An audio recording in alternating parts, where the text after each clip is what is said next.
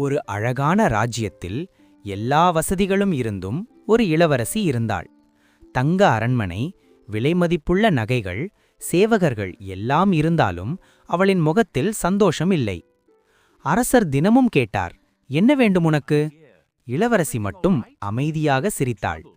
ஒரு நாள் அரண்மனைக்கு வெளியே நடந்த ஒரு சிறிய விழாவைக் காண அவள் மறைமுகமாகச் சென்றாள். அங்கே ஏழை குழந்தைகள் ஒருவருடன் ஒருவர் சிரித்து விளையாடிக் கொண்டிருந்தனர். சிறிய பொம்மையோடு கூட அவர்கள் மகிழ்ச்சியாக இருந்ததை பார்த்து இளவரசியின் கண்கள் திறந்தன. அந்த நாள் முதல் அவள் தன் செல்வத்தை மக்களுக்கு உதவ பயன்படுத்த ஆரம்பித்தாள்.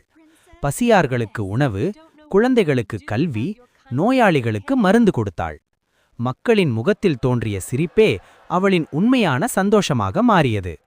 அன்று முதல் இளவரசி புரிந்து கொண்டாள், சந்தோஷம் செல்வத்திலில்லை, பகிர்வில்தான் இருக்கிறது.